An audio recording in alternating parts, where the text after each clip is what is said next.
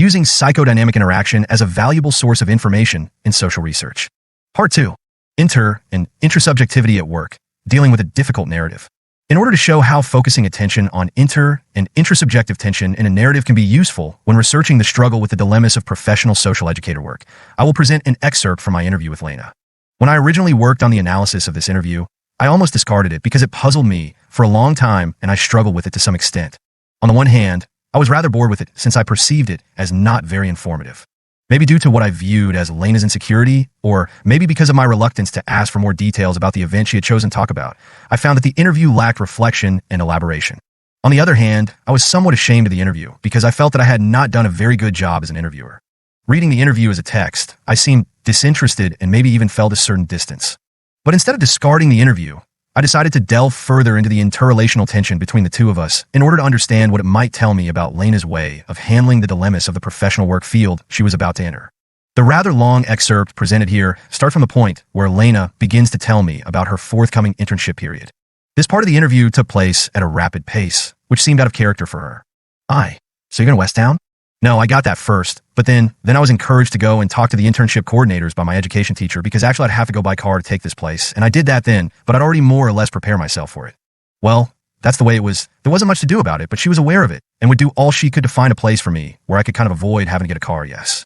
Then she found this one here in Wingate, or rather one in Wingate and another one in Wilbury, in an after-school center in Wilbury, so I could choose myself.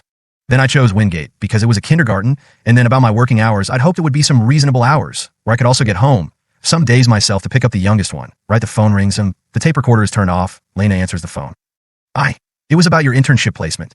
Yes, I chose the place in Wingate about my working hours. I hoped that I could get home kind of some early some days at least. But it turns out that, well, it's pretty lousy hours, so I actually need a car anyway. Because at first it was just 1 day a week I'd be able to pick up my own kid. Now it's 2 days by public transport. No, yes. By public transport, there are 2 days a week I'll have time to pick up my own son.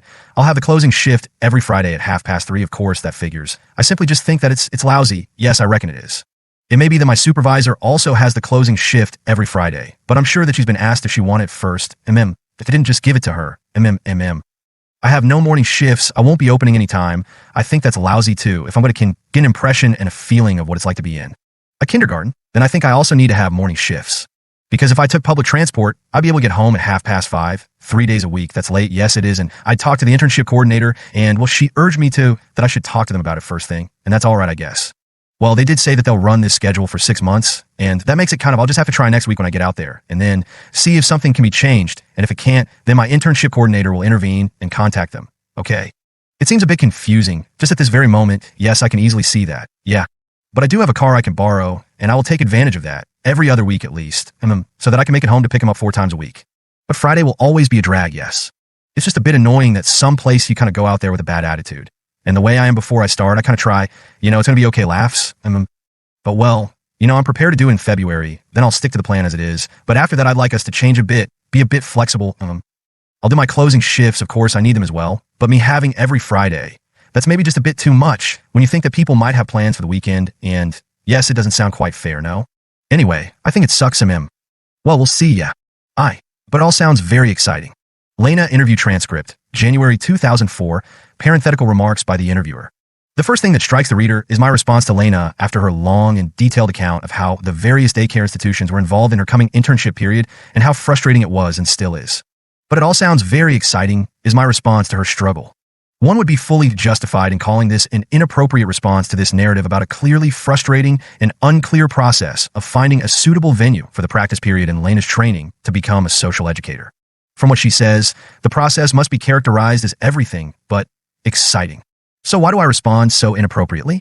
The importance of the researcher's involvement in the production of empirical data is taken for granted in both the interactionist and psychoanalytical approaches to interpretation of the underlying social meaning in the relationship between researcher and interviewee.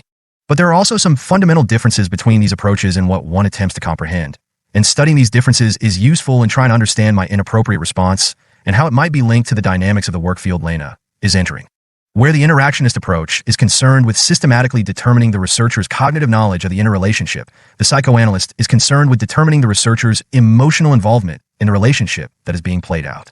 Bearswill distinguishes between what she terms the intersubjective relation and the intrasubjective relation, Bearswill, 2003.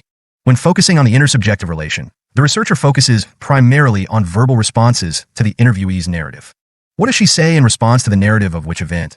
And when does she choose to respond in which way? It is clear that the focus is very much on the text. When examining the intrasubjective relation, the researcher is concerned with the emotional expressions in the text, both how things are being said and her own emotional response to the general interaction. Trying to maintain social order, the intersubjective dramaturgy in the narrative. When addressing the intersubjective relation in the analysis, the researcher focuses on understanding her own social conduct in the field. Therefore, the interactionist analysis is concerned with reading the researcher's own part in what may be called the interactive dramaturgy played out in the text. Bearswill, 2003, with reference to Goffman, 1990.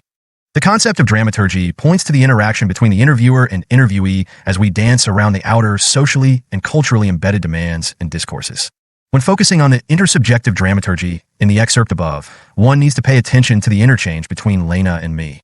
If we consider how Lena tells her story about the events leading up to the forthcoming internship, we gain a better understanding of my final remark. As Lena tells her story, she is obviously rambling and talking in disjointed sentences. From this perspective, I quite simply seem to be having difficulty in following her story.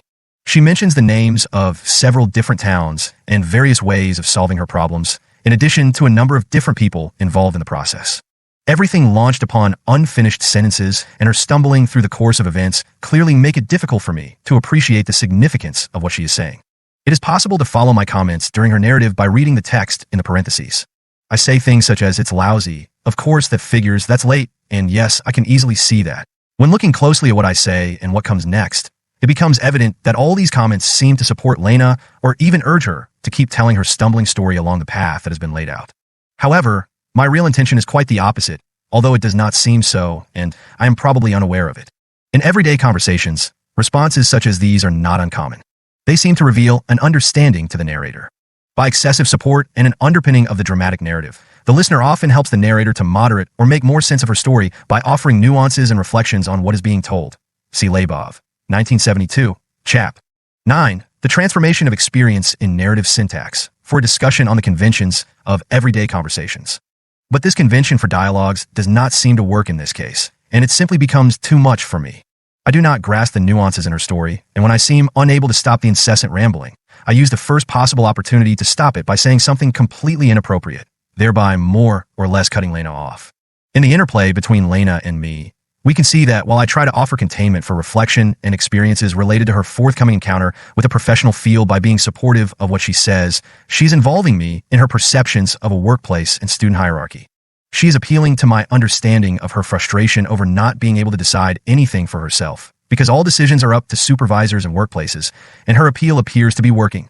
In my supportive responses, I seem to underpin a certain understanding of the game that is being played out when internships are being allocated to the College of Social Education. It is a situation which can give rise to tension. The internship is obligatory and follows an educational logic. Any internship placement is equally relevant since the focus is on gaining practical experience, not on the organization of the workplace, which makes sense in an educational logic. But much more is at stake for the students.